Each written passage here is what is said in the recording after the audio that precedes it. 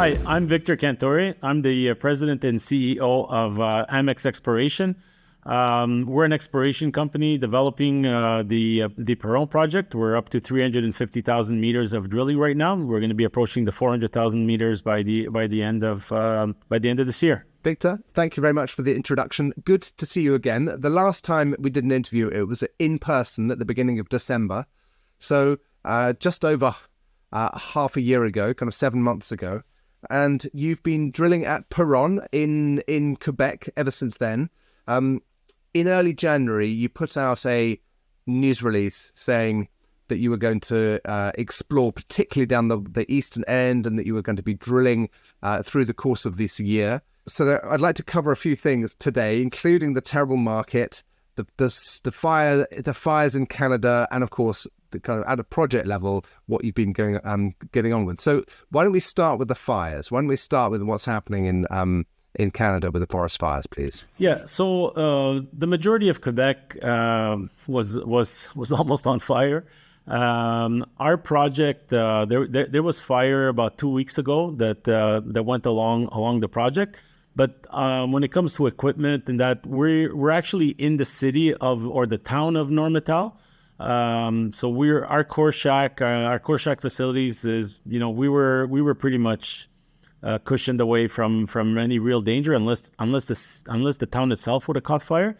They did evacuate the city, but right now the residents have been allowed back in. As we're speaking right now, we were allowed back on site right now, so work should commence back pretty quickly. But in the meantime, we do have a lot of samples that are at the lab. This is kind of good because it gives us the time to do compilation, and at the same time, it gives the labs also some time to catch up. So when it comes to the fires, everything's under control. We're fine, and we're moving forward. We have no damage at all at our core shack facility. You put out a news release on the 5th of June saying that the authorities had requested you to stop exploration. Had you stopped already, or were you going? And do you need their authority to go back, and have they given you that authority? Yeah, so we don't have authority to go back. We only have authority today to go back and inspect. So it starts with the residents. The residents are the first ones to go back, and we're gonna be next. We're gonna be next in line by the authorities. We were already taking extraordinary measures. It was already reported that the likelihood of fires was very high. So when we were doing the biggest risk for an exploration company is when you're doing the moves, when you're moving your drill rigs, right? It's metal on rock, and any little spark could end up sparking. So we had asked the authorities how they wanted us to do this. There was no legal. It was just they made recommendations and we followed it. So basically, we would spray wherever the path that you were moving the drill to. You had to spray it with water. Then you had to spray it with water while you're moving, and then you have to take the path that you just passed and spray that again. It's fine. I mean, that's so you're dragging the drill rigs on a metal sled. Is that right? That's correct. Using a bulldozer. That's correct. I mean, even the shovel of a bulldozer banging on a rock could spark something. So we wanted to make sure that we had taken all the measures possible for, I wouldn't want us to be the cause of a fire. And so you'll be back drilling in a week or two, kind of. And how many rigs are you working with at the moment? We have five rigs that we're working. Then that's what we're going to go back. We're going to go back with 5 rigs as soon as we're allowed back on. And roughly, what does that generate in terms of meters per month? Meters per month. That's about 4,000. Oh, it'd be more than that. I've just got a blank on the meters per month. Well, no worries. It'll come to you. It's gonna come to me. I don't want to give you a bad number, but it's 5. Another way of asking it is how many meters were you aiming to drill this year? I mean, so this year we'll probably end up at 100,000. Like if I go from January to December, we'll probably end up at around 100,000 meters. I mean, depending where, like if it's deep drilling and not deep drilling, that's why there's a difference on each drill, because the deeper you're drilling, the less meters you're doing per day. But I would easily estimate we're doing 6,000 meters, at least 6,000 meters a month, because the holes are quicker. We're doing most of the holes. We're doing the exploration holes. You're doing shorter holes, but you're doing more holes. So that gets done a lot quicker. Yeah. Well, there we go. 6,000 meters a month would be 72. 1,000 meters in the year. Is that right? Yes, it would. And 100,000 would be about 8,000 meters a month. So it'll be somewhere in that. That's right. It'll be somewhere in that range. By the time we're done the year, we'll be in that range between that number, 75 to 100,000, probably closer to the 100,000. Yeah, impressive stuff. The market doesn't seem to care though. I mean, when we spoke last, your share price was in the mid 60s, and here we are in the kind of mid to low 60s. 6 months on. There was a huge run in the middle of the year. The share price went from $1.58 to $2.41. What was that all about? Oh, it's just us continuing to put out results, and they're very good results. The team zone was a brand new discovery. The team zone will add ounces to this project. We will do everything that we can to include it into the resource. And just even recently, we put out some pretty stellar numbers. 68 meters of 1.7 grams. There was an including in there of 7.89 grams over 9.7 meters. Those are pretty nice numbers because they're quite shallow holes. Everything is under 300 meters. So it's quite well. The majority of them are all under. The mineralization is under 300 meters, so it's all open pit. It's mostly open pit material, but we will be testing them deep also. That area also. So just to put the team zone in context, on the overall project, you've got in Perron itself, you've got 15 kilometers of strike, but it's not 15 kilometers long because you've got lots of cross-cutting structures and parallel structures. One of those recent areas on that 15 kilometers you're defining as the team zone, but it strikes me that when I look at the cross-sections that it's a bulk tonnage target rather than a kind of a narrow vein target. That's correct. And also on the team zone is on the upper fault. So there's two main faults that run here. You have the Normétal fault, which runs north. That's where we just recently made the team zone discovery, and you have the Perron fault under. The Normétal fault, you're looking at around that runs for about 8 kilometers. I mean, we've barely maybe on the Normétal fault, maybe 2 kilometers of it we've explored. A little bit more on the Perron fault. There's also secondary structures that go right through the middle of this Beaupré block. It was interesting because there's the 210 gold zone.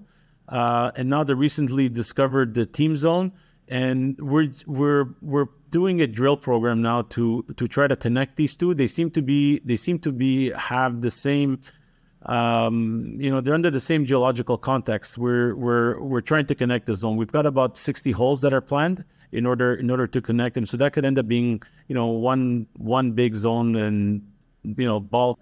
But some of the grades are quite spectacular. We've been reporting some pretty good grades here. How far apart is the 210 zone and the team zone? It's anywhere from 300. So from where we have anywhere from 300 to 500 meters to connect it. And I think it's going pretty well right now. And is the 210 zone also kind of a relatively shallow, open pittable, kind of conceptually open pittable? Yeah, absolutely. But there's not that many holes there. We were really concentrated on the high grade zone and Denise in the past, but they had some spectacular numbers there that we had to follow up. And then when we looked at the team zone discovery. You're looking at the core, and it was starting to look pretty similar. It was starting to look pretty similar to what we had discovered at over the 210 zone, and so that's why we decided to try to connect those two zones. Like, for example, the 210 zone, one of the holes that we hit that was really nice was 3.9 meters of 58 grams per ton. That was, I believe, in 2020. We hit that hole on the 210 zone. So now making the discovery here, so we think it could end up being something substantial. You've drilled 350,000 meters. You're aiming for 400,000 meters. But there's, when are you going to change this strategy and kind of put an envelope around it and say, actually, now's the time to do a resource? Yeah, we're working already with resource modelers. So we're probably planning. It'll probably be at the end of this year, sometime at the end of this year. I agree. It's time to put one out. But again, along with an economic study, we'll do both at more or less at the same time, or however the regulatory environment allows us to do it all at the same time, or one after the other. But yes, we will put one out very, very shortly. Does the fact that you've done 350,000 meters and you're still finding new areas, and you mentioned that you'd only drilled a couple of kilometers of the Normétal fault, and probably not much more of that on the Perron fault. Does that mean that you've done a lot of kind of close space drilling, and actually there's still quite a lot of expansion drilling to do? That's right. There's still a lot of expansion drilling, new discoveries on the project. So the goal would be to put out a resource and show that there's also massive blue sky. Like on one of our last press releases, we were talking about the N110 zone. And that zone lies right inside the Beaupré block on the west side, where there hasn't been much drilling that's been going on there. And if you read that press release, we've got some pretty decent numbers that have come from there. And again, this is pure exploration. It's not. These are purely exploration holes. Like 3.18 meters of 4.5 meters of 3.18 grams per ton, and 3.3 meters of 2.56. But again, this is shallow. This is right at surface. And so we call that the N110 corridor, because it's pretty much sitting on the west side of the block, but through the central, where there's those other secondary structures that pass through there. I think even after we put out after we put out, we have to show that there's lots of blue sky, and there is. What's been encouraging here is that most of the holes that we hit on this 110 corridor had visible gold in it, and these are high grade shoots that it's a 1+ kilometer area of gold kind So we're quite excited for that area also.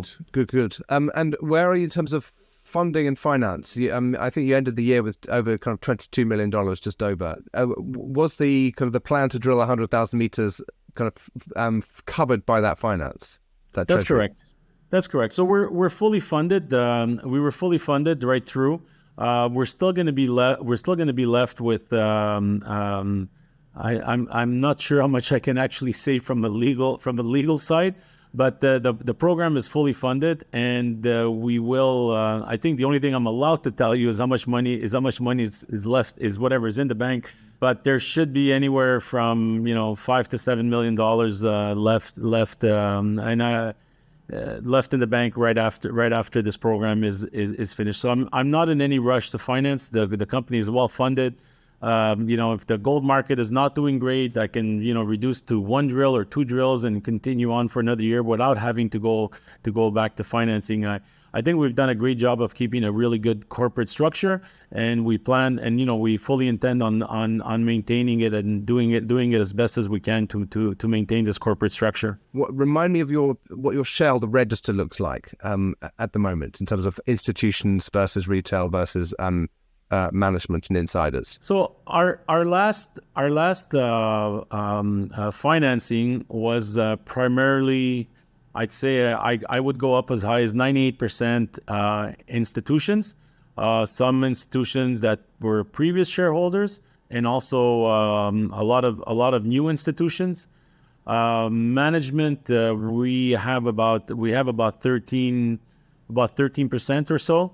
And again, this is 13% that we've purchased in open market transactions, private placements, So we're well aligned. We're well aligned with our shareholders, and it's gone from if I go back to 2018 or so, it was mainly a retail crowd, and it's slowly shifted over to half and half, I would say, right now, maybe a little bit more on the institutional side, and they're both very important shareholders. The retail and the institutional shareholders, they're very important to have. You need to have a good mix of both. You do. Sometimes it's easier to speak directly to the institution than it is to the amorphous, uncertain, careful of your disclosure communication with retail.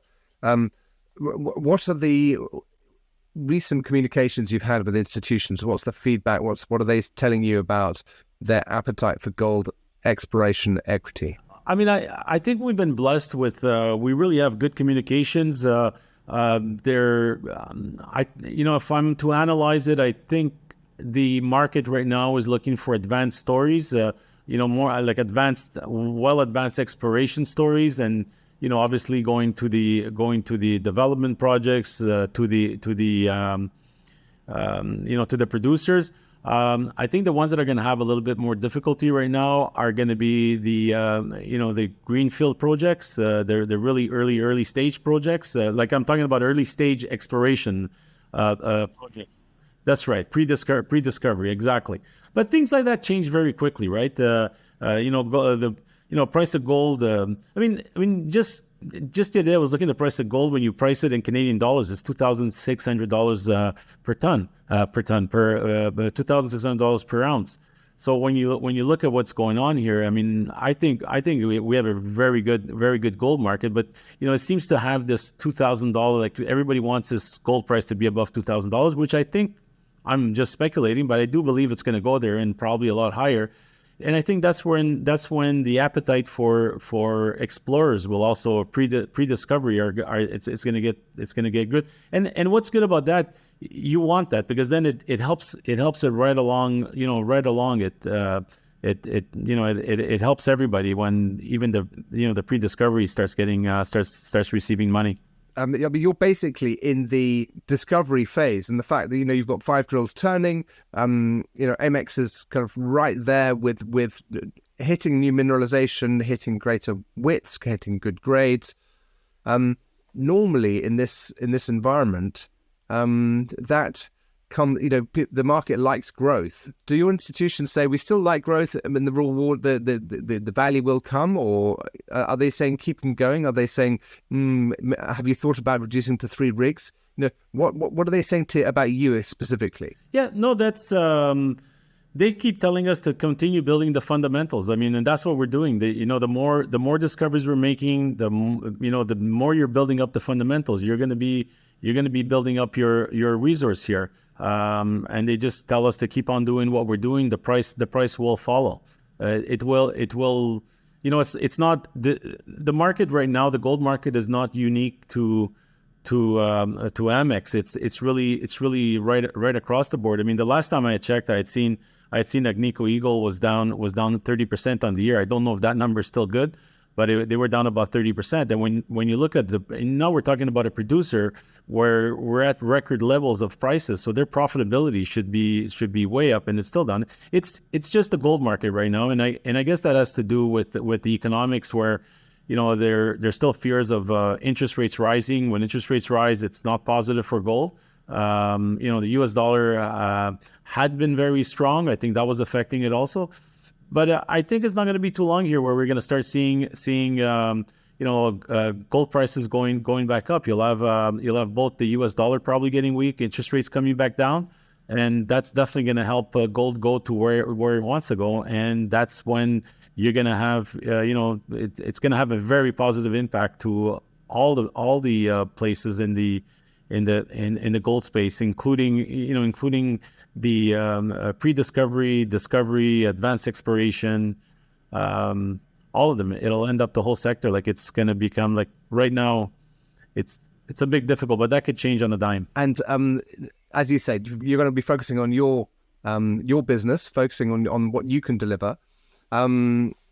Is it fair to say that you'll just continue for the rest of the year to produce drilling results? Is that the kind of the main drive? Oh, absolutely. It's not just, yes, drilling results. It's making new discoveries. Like, we continue to make new discoveries here, and that's what we're going to continue. That's what we're going to continue to do.